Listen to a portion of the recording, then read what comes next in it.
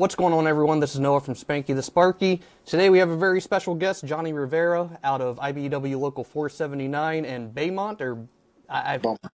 Beaumont, Texas. Johnny, first and foremost, I know we just did this, but I want to thank you for taking the time to do the interview. I think this helps with transparency in the trades, but more so in the union trades, which there's a lot of misinformation about. So I like to hope these offer some insight into the union trades, especially the electrical side. So thank you for taking the time today. To begin with, though, just give us a little introduction about yourself, maybe how long you've been in, or any insight or any information you feel comfortable sharing about the union trades or about yourself. The floor is all yours. Yes, like he said, my name is Johnny Rivera from organized out of 479 Beaumont, Texas. I'm from a little town called Port Lavaca, Texas, which is between Houston and Corpus Christi.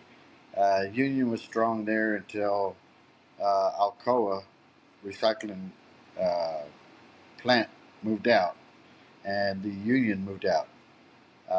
I've never been union. I've been doing 29 years of electrical, and I've recently organized 2 years ago. Yes, Nice. I'm an oatmeal. Just add water, but my skills are strong. My knowledge is strong. And would I go back to non-union? No. That's I was going to say I started the same way. I didn't have as many years non-union before joining, but I started out non-union before jumping onto the union side of things. And like you just said, would I ever go back to the non-union side of things? I personally would not. I'm not saying there's anything wrong with it. I'm just saying it. Having experienced the benefits and the conditions and everything that goes with being in the union, it's what has worked best for me. I can't speak for everyone, but from my personal experience, I'm right there with you. Exactly. Going from not having a voice to having a voice. Um, Construction not having any benefits to having benefits. And building or going with that, you said no benefits. I've worked with individual. I'm out of Ohio, or IBEW Local 683. That's my home local. When you say no benefits, I've worked with other individuals here in Ohio that started non-union, went to the union. Their contractors that they work for non-union didn't offer any sort of retirement plan. Is that, if you don't mind answering, if you don't feel comfortable, don't. But retirement-wise, that's a big one. We're all getting older at the end of the day, not younger. Did they offer any sort of retirement plan for you? No, there was one only in particular that did offer a 401k, but other than that, working in Texas, a right to work state, it's you don't get no 401k, no benefits, no nothing. And that's yeah, it's very unique how you can get, especially from your perspective, and right to work is its own thing as a whole. I mean, you could have a day long conversation about right to work to non right to work. But yeah, benefits. I've talked to organizers out of right to work states, and they said there's a lot of clash, which actually surprised me, between the local unions and actual or the contractors within those local unions. Have you saw any of that firsthand? Yes, I have. That's wild to me. It's a very interesting perspective, and even something as myself being a union member, I guess I never really took the time to think about that. I guess I would have assumed that there would be some sort of cohesion between the contractors and the local unions, especially if they're in those unions. But I guess that's not the case, and that's something hopefully organizers and reps can continue to fight for, or at least continue to try and get their foot in the door with these contractors. Exactly, and where I live is a very gray area. The union is not strong there at all. Period. So therefore, non-union, it's an open gate, and there's quite a few refineries there in that area, which I really wish union would come in to help organize that. And I've also been into situations where the superintendent or what have you say, yeah, we have a open door policy. Come on in, voice your opinions. Okay, once you do, see that door, it's open. Go ahead and walk out. Keep on walking. It's. I mean, that's kind of sad in my opinion. It's not right, but I believe that's why having a presence, whether it's on in person, social media, which is a big component where a lot of younger people are now. I guess getting the information out there, bringing awareness, and hopefully from the awareness we can start to push the needle a little further and get away from, I mean, in my opinion, get away from right to work states. I mean, that should be, I believe it's 26 states in the U.S. are currently right to work, which Yeah. I believe it's over half of U.S. states are right to work states. I would like to see that change. I know within the last, I don't know the specific timeline, I think within the last 5 to 10 years, Michigan went from a right to work state to back to non right to work, which was a cool thing to see. Hopefully we can continue to push the needle on that and get more states on board with it. Yes, definitely. Being as Texas is a right to work state, from your experience, what does that actually mean day to day for a union, I guess in your case, a union electrician specifically on the job site? Going from not having a voice to having someone there for you to stand there for you as a mediator in between upper management and the backbone of the company, which is the workers. It's very nice to have that there for you instead of not having anybody to mediate in between and someone just telling you, hey, just grab your tools, you're gone. That's true. Yeah, I mean, our union people hate to pay union, or I wouldn't say people hate to pay union dues, but especially a lot of non-union people like to preach on you pay to work through your union dues. Those union dues are in place for many different reasons. One of them is for protection. One of them is there's a long list of things, but protection and education, in my opinion, are the two biggest things, and that's something, in my opinion, non-union kind of gets away from is the protection aspect. I don't have much experience with their educational side on or non-union, but I would beg to say the union side is a little more structured and, in my opinion, a little better. I could be wrong, but that's just personal experience and personal thought. Well, one good thing, like you're saying about the education, it's not only just a class to go to. You're building a career, and I see it. Like you and I being out in the field, learning from from dirt up. It's hard because there's not a lot of people that will teach you because, for one, they're scared to lose. That you're going to gain their job and they're going to lose their job. The fear of, oh, he's learning too fast, or let's dumb him down. Let's throw him back on the on the shovel. Even though you're learning a lot about MCCs, motor, your buckets, like uh, to control a motor. You're learning your one lines, your schematics, your everything that goes along with your job. Upper management sees that and they're like, oh no, he's getting ahead of himself, That's and they and take it down. I would beg to say on the union side, I guess in my opinion, it's a misconception from the non-union individuals that you're kind of pigeonholed in the union, where once your end goal is to become a journeyman, and then that's the end of the road for it. That's as high as you can go. I know many people that have went on to become foremen, general foremen, superintendents, project managers. You're also through a lot of these trade schools. I don't know if it's the same in your local, but in my local, they have a lot of agreements in place with local community colleges where you can get an associate's degree. There's endless possibilities. Sometimes it does require a little digging and asking questions, but those items are there. It's just a matter of finding them, exposing them, and using them. Is that, I guess, from the educational aspect, does your home local have that where they have an agreement maybe with like a community college or anything like that to pursue an associate's degree? No, they have a learning center themselves. Very nice. That's pretty cool too.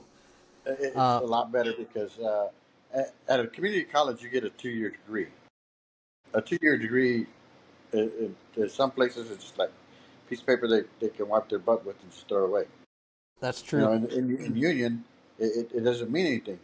What means something is what you know, not who That's you true. know, but what you know, and what you That's know would carry you on higher.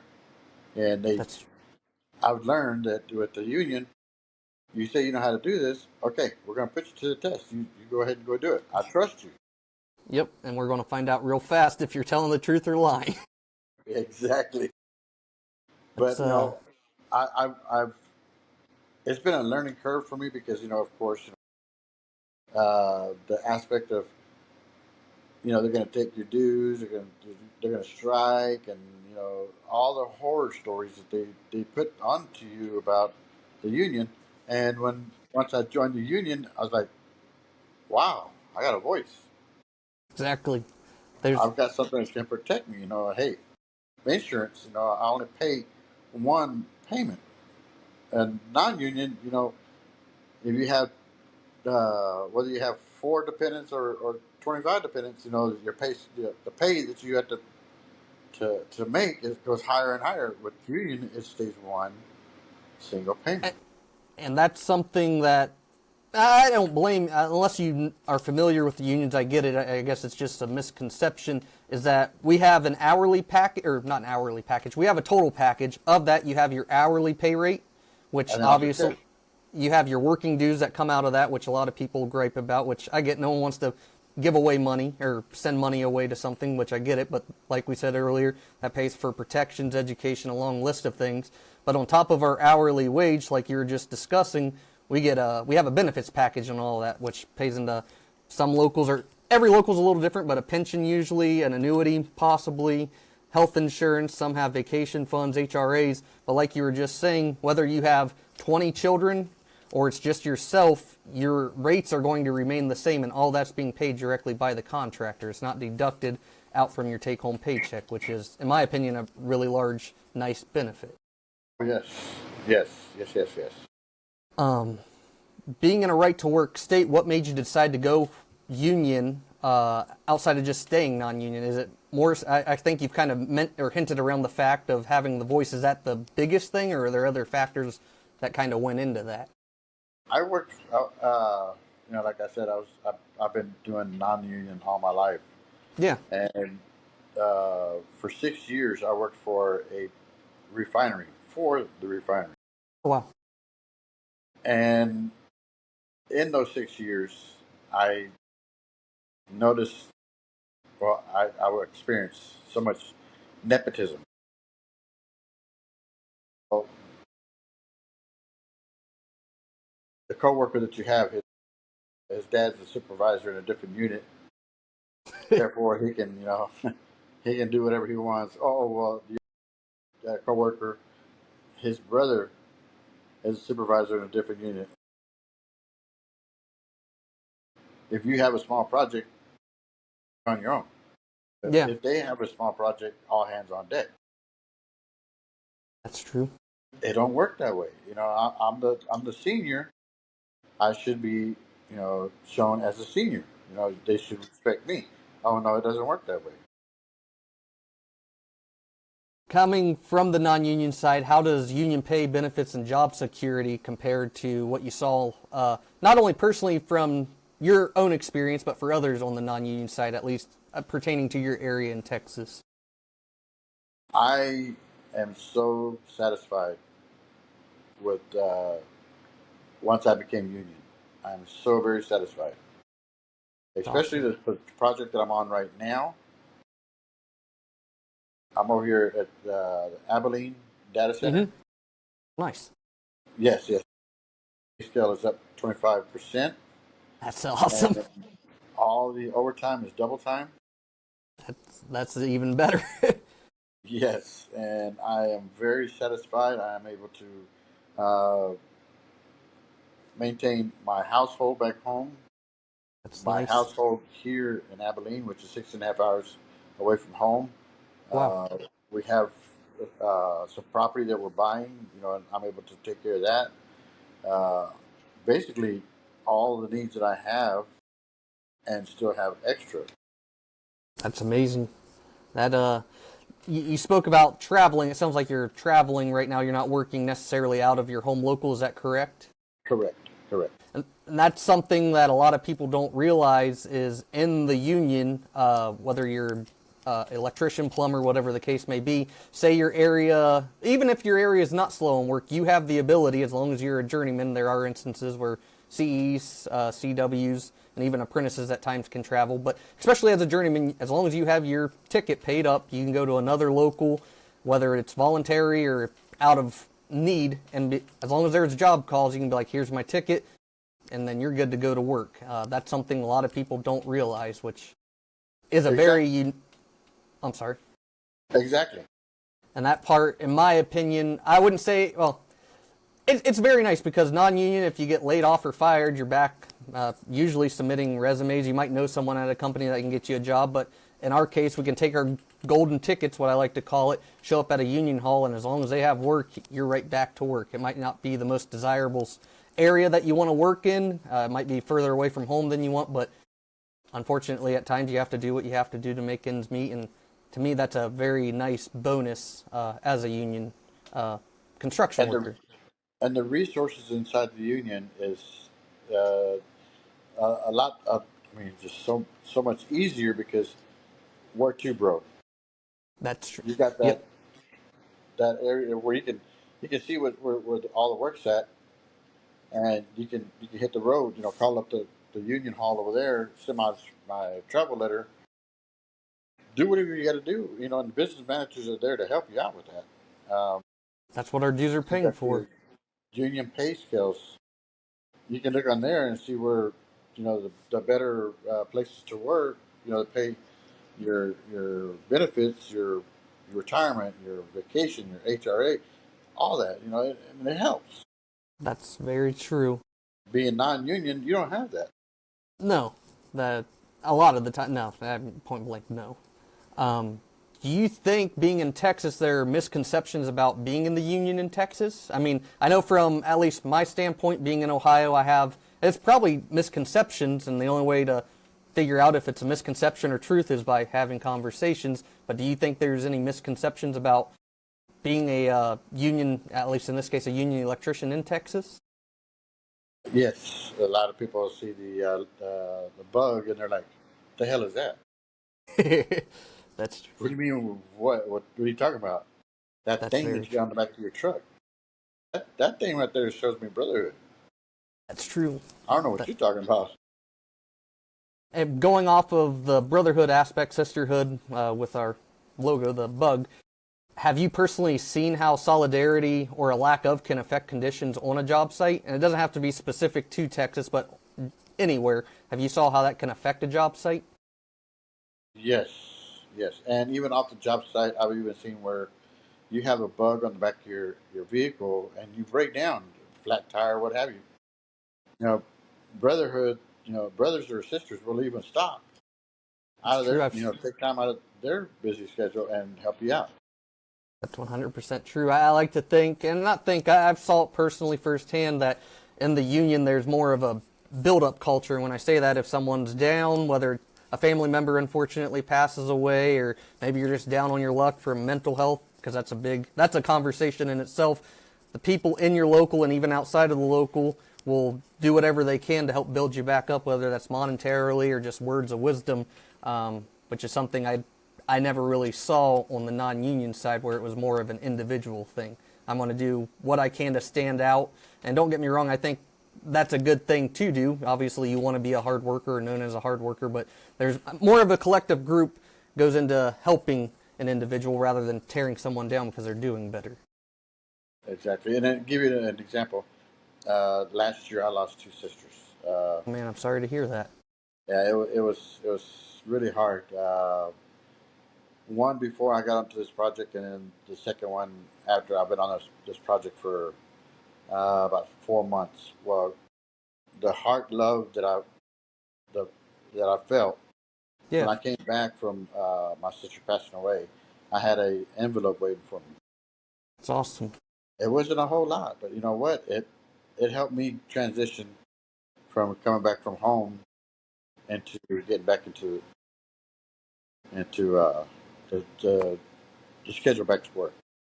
Sometimes it's more of the thought than anything. It could have been $100, it could have been $1 million, but the thought that there's people willing to give or offer wisdom in any sort. That to me, that's more important than the actual value or monetary value, in my opinion. Exactly, out of their own pocket, off their own table, they were able to give. That's You know, it was awesome. a good $700-800. You know, and it felt good because Yeah, you know I know that my brothers loved me. yeah. I see that in a lot of different Facebook groups where either someone unfortunately passes away, a bunch of people will come together, donate money to a GoFundMe or to the family to help with those times. The I don't know about your local in specific. I know ours has, it's kind of like a hardship fund from my understanding, where if someone gets down, needs a little assistance, our hall will step in and offer money or whatever they can to help that individual. Just across the board, there's a lot of things that go unsaid or that's unknown. And I think, like I keep saying, conversations like this bring it to light, which is what I think we need. Exactly. And I think it needs to, I mean, conversations from people in the field like you and I or anyone else on social media is great, but that is one of my, I'll call it a pain point, is we have a lot of people in higher positions within the organization that I think, I mean, yeah, they come out and give some sort of very stern public speech, but they need to be able to connect with the members a little more efficiently, in my opinion. I think that would go a lot further than a lot of their other initiatives that they're trying to accomplish. Exactly. I know we're on a time restraint. I'll end this with one last question. If you could say one thing to a non-union electrician in Texas specifically, or any right-to-work state, who's on the fence about joining the IBEW or any union trade for that matter, what would be your, not selling point, but what words of wisdom would you give them, especially having worked the non-union side prior to joining? Do you want a retirement or do you not want a retirement? Do you want to be able to build up a good nest egg or do you want to scrounge through? It's your choice. Me, honestly, I should have done this a long time ago. It's something, a reoccurring theme I've heard, and it doesn't matter if they're an older individual, middle-aged, younger. Almost everyone I've talked to that's mentioned advice is, it always goes back to, I wish I would have started younger. I got into the my apprenticeship, I think I was 24, 25, and even now, seeing some of these young guys as early as 18, 19 years old, I'm like, man, I wish I would have got in at their age. And yeah, the retirement's a large aspect. The health insurance is excellent. There's a lot of benefits and a lot of money involved that the non-union, in my opinion, doesn't see. Obviously, there's outliers in the non-union side that make a tremendous amount of money, and if that's the case, that's awesome for them. But that's not usually the case, especially in right-to-work states. I'm 57. You know, like I said, I've been in the union 2 years. Besides what I put away out of my own paycheck is one thing. But now that I have the retirement, and the more hours I work, the more I can put into my retirement. Non-union, you don't have that. You just put money away, and that's all you can do. Invested, yeah, that's fine, good. But how much can you invest? Exactly. Your And retirement is there. You don't have to worry about investing it because it's being invested for you. that, building off the investing aspect, Americans are, I know a lot of, not just Americans, I'd say people in general, they get the money, they say, oh, I'll save this, I'll put it away, but then in return, a lot of the time they'll go out and find a way to spend the money. Yeah. So But it's not, hard. Yeah, times are hard. You have to spend it regardless. it's nice knowing that whether I'm a little irresponsible with my money for 1 week, I still have money from my contractor going into my health insurance, going into my retirements. It's a nice added feature that when you don't have to think about it, you kind of forget about it. And in my opinion, that's a very large, nice aspect to have.